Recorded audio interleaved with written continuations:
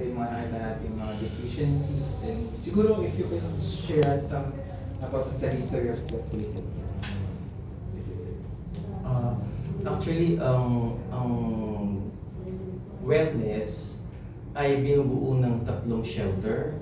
Ang bahay Kalinga, bahay Aruga, and on the third floor is the wellness.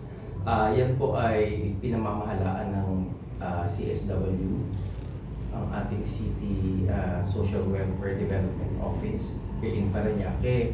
Ngayon po, ang mga yan ay nag-cater po sila ng matatanda, yung mga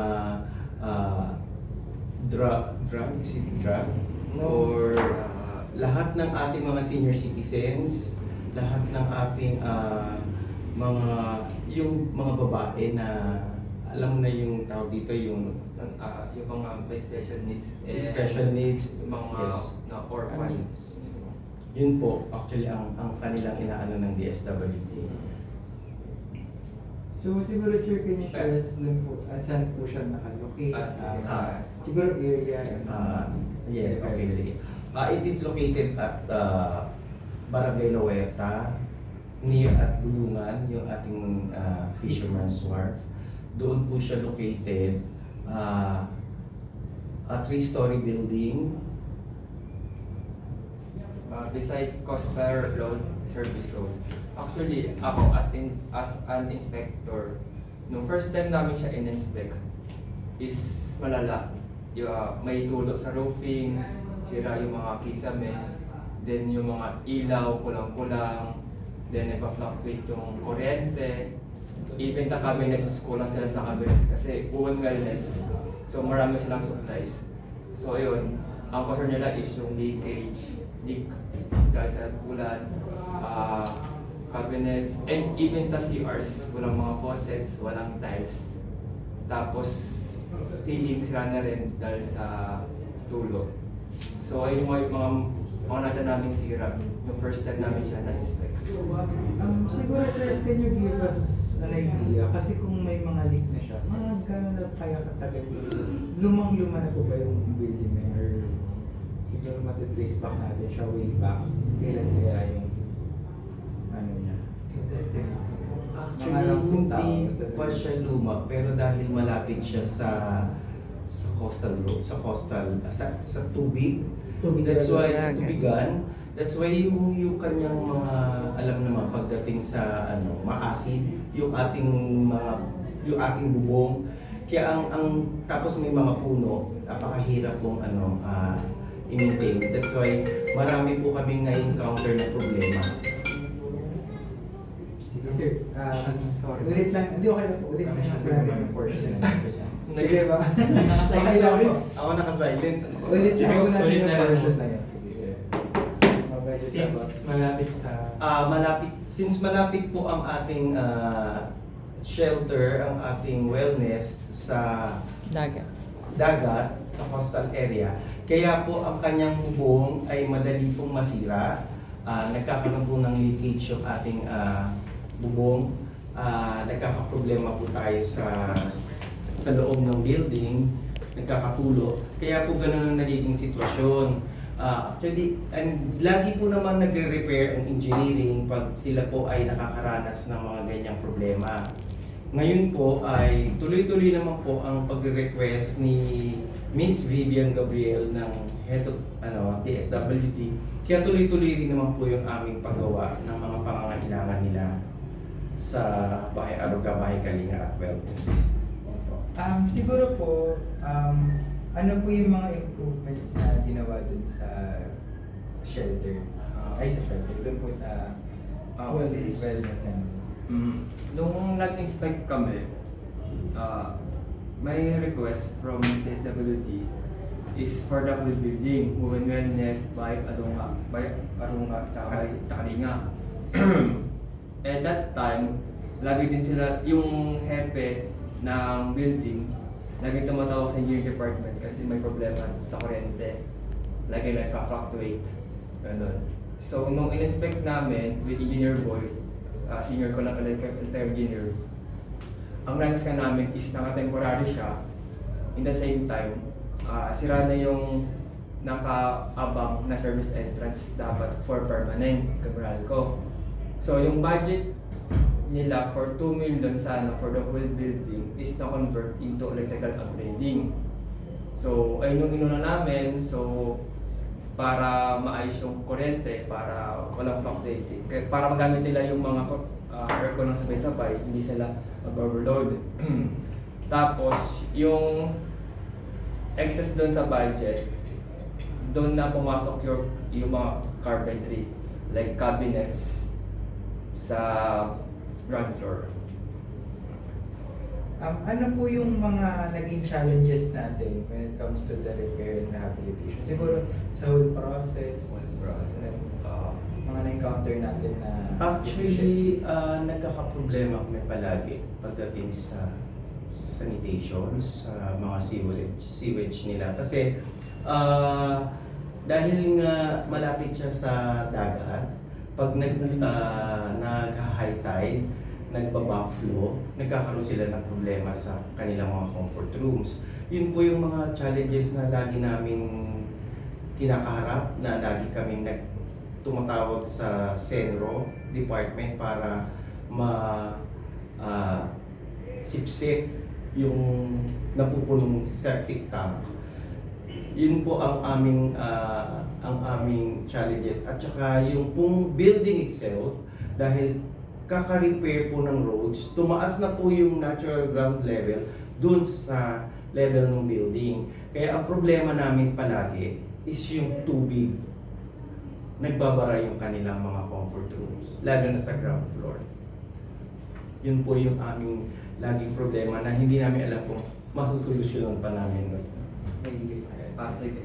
Ang challenges din namin dito is yung pag-logistic, kasi seaside road siya. So medyo masikip, walang parking. So nagkakaproblema din doon sa pagbaba ng mga materials ni contractor. Then yung Meralco side naman, since na masikip kasi yung area, so medyo nahirapan din si Meralco magkapit ng transformer para doon sa maging permanent na electrical nila. Siguro sir, di ba ganun nga po yung kwento natin. Ano kaya yung mga ginawa ni LGU para mas maging accessible yung lugar, especially dito sa transportation volunteer? Medyo mahirap po bang pupuntan? Medyo, kasi medyo masikip yung dadaanan. In the same time, puno lagi yung parking. Kasi katabi niya yung BGMP, then yung ibang, Yung Bulungan Market. so ayun. So, ang ginagawa na lang ni LGU is nakikipag-coordinate sa barangay or sa mismong women wellness na mag-allocate ng parking slot para pag nagbababa ng gamit or nag-hauling si contractor, hindi na matagalan or ma-delay, tsaka mag-cause ng traffic.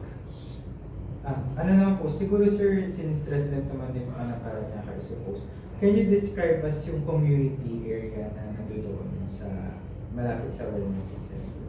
Ano po yung mga nearest facilities? Actually, ang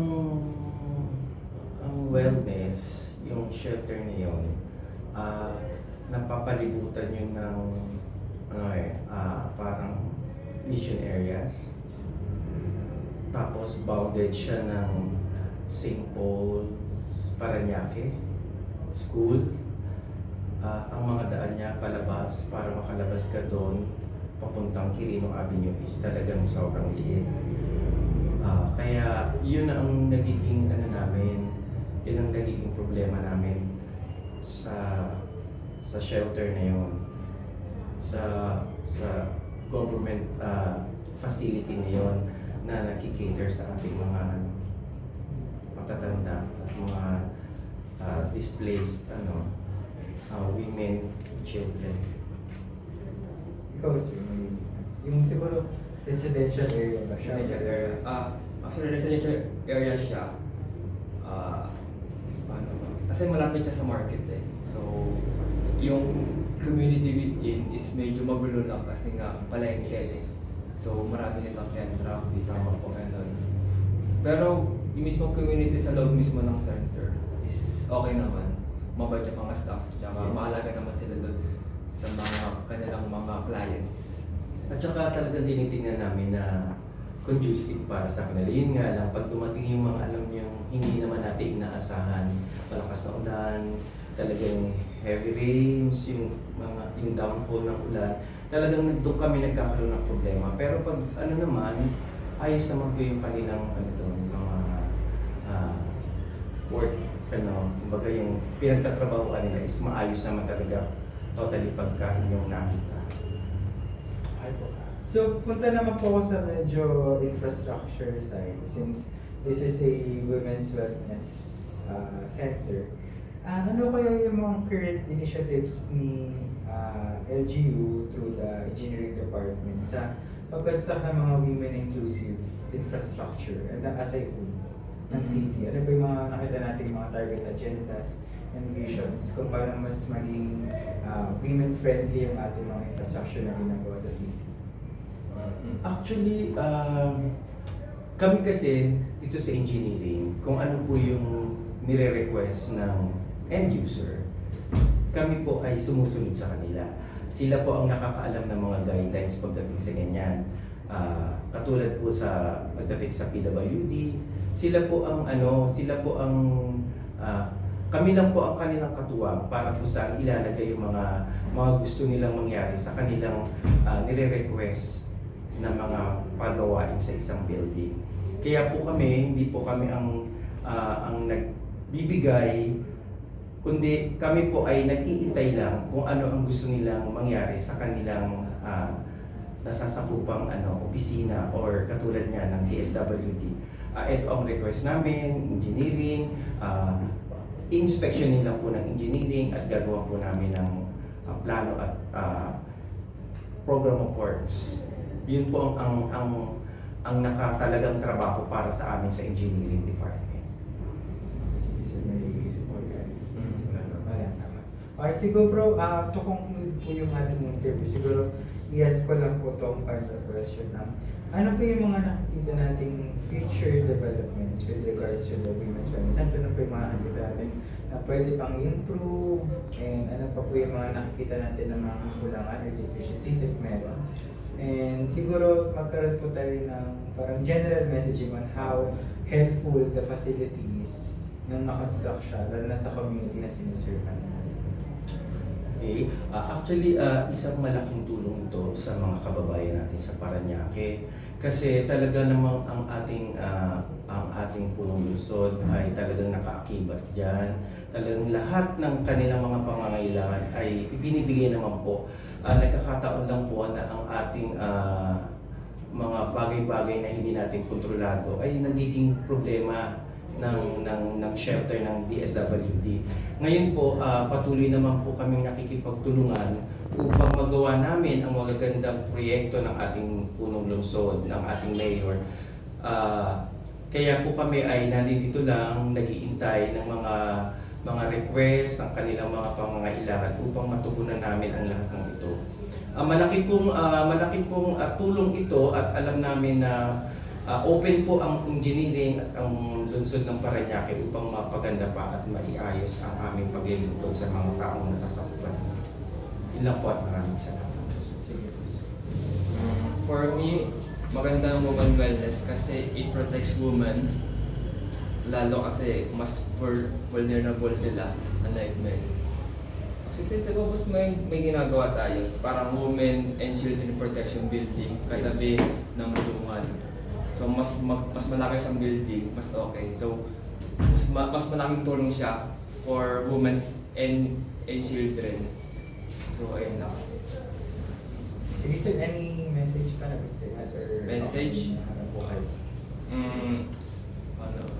Message about sa home wellness or Kayo po sir, baka may mga siguro on LGU side.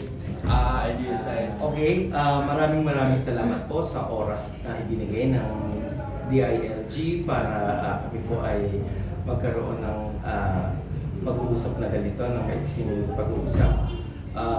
Kami po ay natutuwa at kahit papaano po ay amin pong nabigyan ng kalinawan ng mga katanungan. Pero hayaan nyo pong kami po ay, ang opisina po ng engineering ay laging bukas para po sa inyong mga katanungan at lagi po kami narito upang matugunan ang mga pangangailangan at mga pagawain ng ating lungsod ng Parañaque. Maraming salamat po at God bless po sa atin. Ayan sir, thank you so much po for the rush meeting.